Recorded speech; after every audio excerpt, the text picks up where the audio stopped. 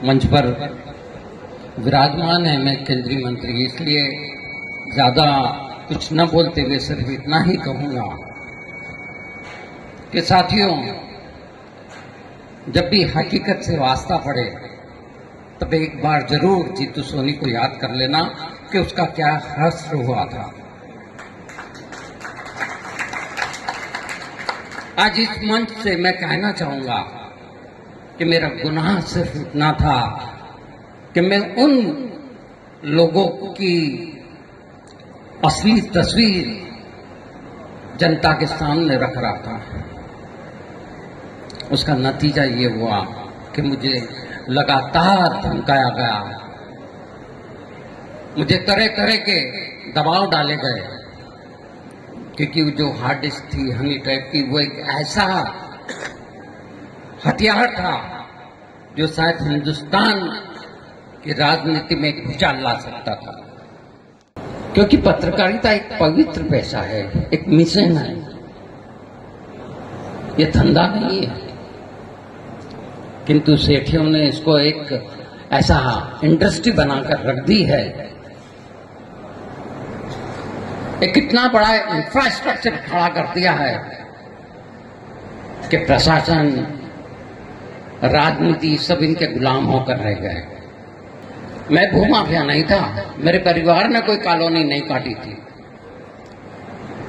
मैंने कोई ऐसा गुनाह नहीं किया था जिसकी सजा मुझे इस तरीके से दी गई। मुझे, मेरे परिवार को जिस तरीके से बर्बाद करके जेल में ठूस दिया गया, कई तरह के अपराध लगा दिए गए, किंतु शहर में कोई ऐसा माय का लाल पैदा नहीं हुआ जो जीतू सोनी की हिमायत कर सके।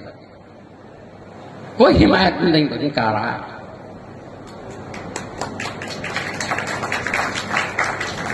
क्योंकि सब सिर्फ सफलता के साथी होते हैं,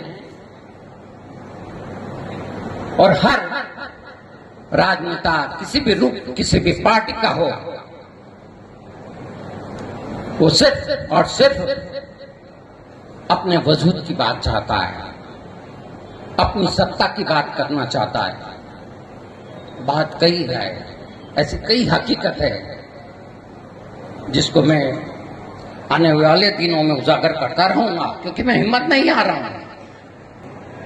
तभी की बात नजर आई कि जिंदगी की पथरीली राहों में रोजी रोटी की आपाधापी और रिश्ते नातों की तंग गलियों से गुजरते हुए इंसान कहीं एक ऐसे मुकाम पर जा खड़ा होता है जिसकी उसे पहचान तक नहीं होती।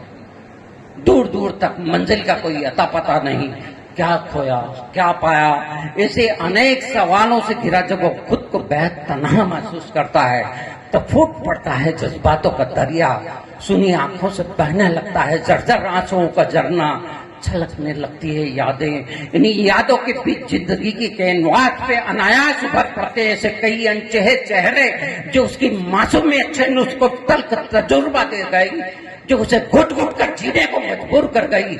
ऐसे हालात में जिस्म में दौड़ता लहू चंद लम्हों के लिए मानो थम सा जाता है, धड़कनें सिमट कर जख्मी दिल में समा जाती है, और इस जर्द सी पड़ गई सर्द फिजा में अनायास रूहानी आवाज गूंज उठती है, यदि यही है जिंदगी तो मौत किसे कहते हैं? मौत तो सिर्फ नाम से बदनाम है, तकलीफें तो सिर्फ जिंदगी ही देती है। जिंदगी का सफर है ये कैसा सफर, कोई समझा नहीं, कोई जाना नहीं। दोस्तों, बहुत कुछ है कहने को, पर आज जो वक्त की सीमा है उसका एक ही तकाजा है कि मैं अपनी बातों को बहुत ही छोटे से में खत्म करूं। बाकी इतना यकीन करना कि लड़ाई मैं मरते दम तक लड़ूंगा, क्योंकि कलम से ही है मेरे सारे पुरजे सलामत। शाही खत्म हो जिस दिन मुझे जला देना, मैं वो दिया हूं जिसे बुझने का डर नहीं। तूफान भी जिद करेगा क्या, जलता हूं लहू से। और अंत में सिर्फ एक ही बात कहूंगा कि दोस्तों, यदि जो आज मेरे साथ घटा है,